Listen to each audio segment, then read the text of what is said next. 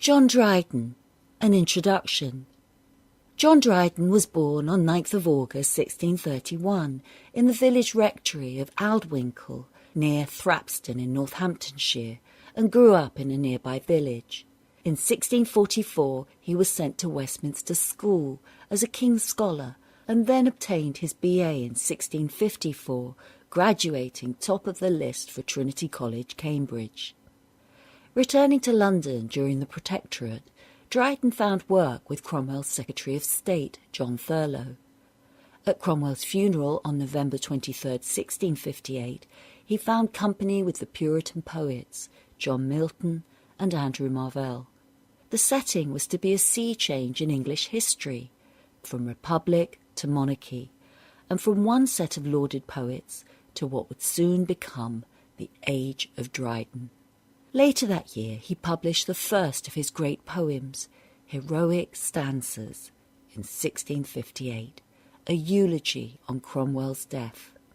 With the restoration of the monarchy in 1660, Dryden celebrated in verse with Astrea Redux, an authentic royalist panegyric, and with the reopening of the theatres he began to also write plays.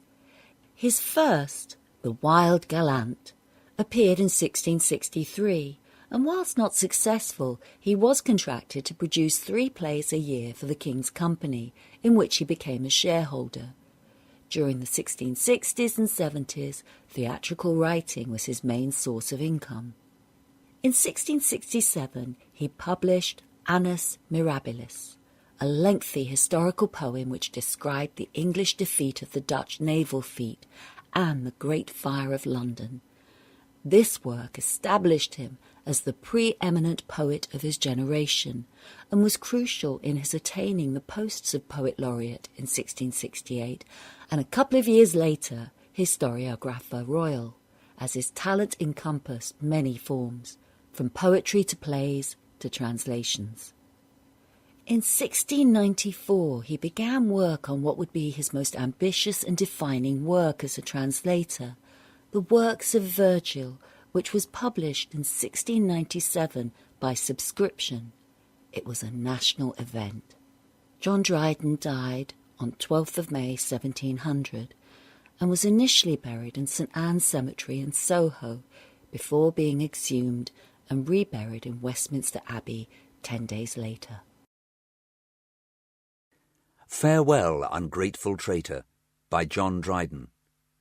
Farewell, ungrateful traitor, farewell, my perjured swain. Let never injured creature believe a man again. The pleasure of possessing surpasses all expressing, but is too short a blessing, and love too long a pain. 'Tis easy to deceive us in pity of your pain, but when we love, you leave us to rail at you in vain. Before we have descried it, there is no bliss beside it, but she that once has tried it will never love again. The passion you pretended was only to obtain, but when the charm is ended, the charmer you disdain. Your love by hours we measure, till we have lost our treasure. But dying is a pleasure, when living is a pain. One Happy Moment, by John Dryden. Oh, no, poor suffering heart, no change endeavour, choose to sustain the smart rather than leave her. My ravished eyes behold such charms about her, I can die with her, but not live without her. One tender sigh of hers to see me languish will more than pay the price of my past anguish. Beware, O cruel fair, how you smile on me, 'twas a kind look of yours that has undone me. Love has in store for me one happy minute, and she will end my pain who did begin it. Then no day void of bliss or pleasure leaving, ages shall slide away without perceiving. Cupid shall guard the door the more to please us, and keep out time and death when they would seize us. Time and death shall depart, and say in flying, love has found out a way to live by dying. Can life be a blessing? by John Dryden. Can life be a blessing, or worth the possessing? Can life be a blessing, if love were away?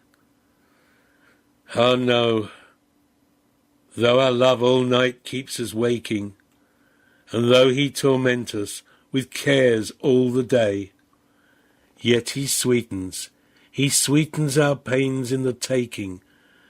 There's an hour at the last, there's an hour to repay. In every possessing, the ravishing blessing, in every possessing, the fruit of our pain.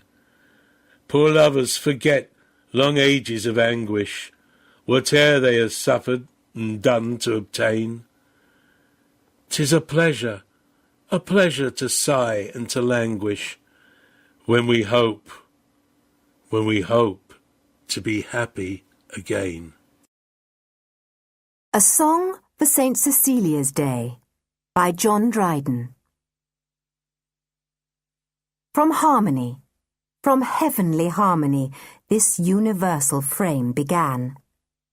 When nature underneath a heap of jarring atoms lay, and could not heave her head, the tuneful voice was heard from high, "Arise, ye more than dead!" Then, cold and hot, and moist and dry, in order to their stations leap, and music's power obey. From harmony, from heavenly harmony, this universal frame began.